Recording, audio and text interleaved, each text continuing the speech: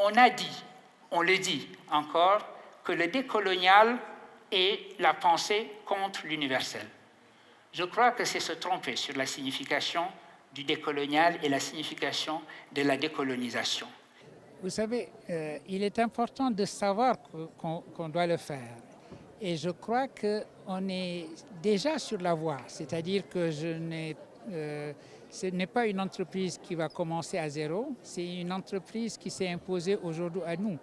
Regardons par exemple ce qui se passe sur notre continent.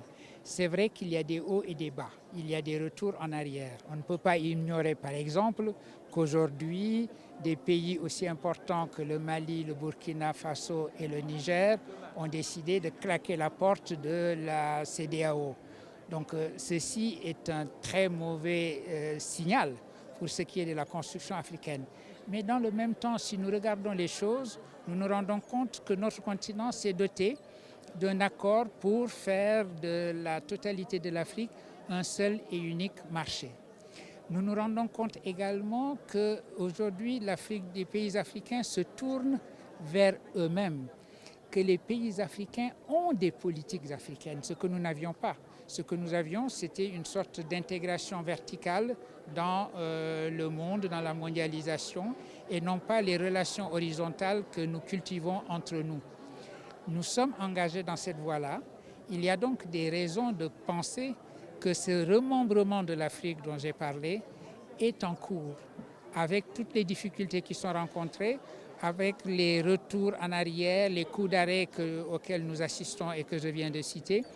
Mais l'un dans l'autre, le mouvement va dans la direction indiquée. D'accord, vous avez parlé d'un panafricanisme bizarre. Est-ce que vous voulez dire par là qu'il est biaisé à travers les réseaux sociaux, entre autres? Oui, il y a un type de panafricanisme qui est un panafricanisme très agressif, centré sur la race, par exemple.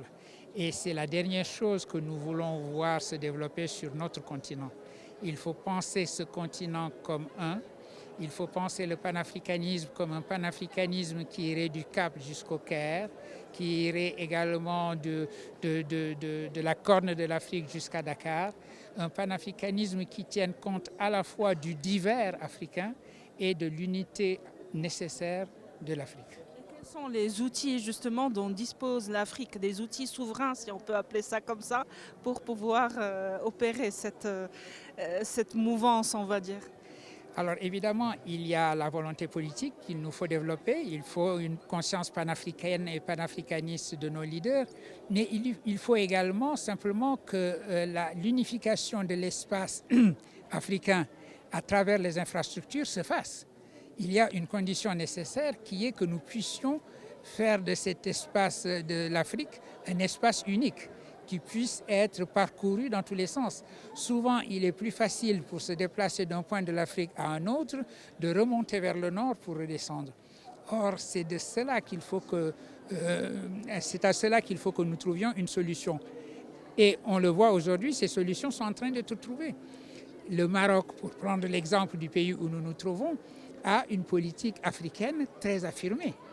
La présence économique du Maroc dans un nombre de pays africains de plus en plus important est un signe de la direction qui est en train d'être prise et de ce que j'ai appelé une politique africaine des États africains. C'est là une erreur. La décolonisation ne sera réelle que si elle est la mise en chantier d'un universel pour notre temps.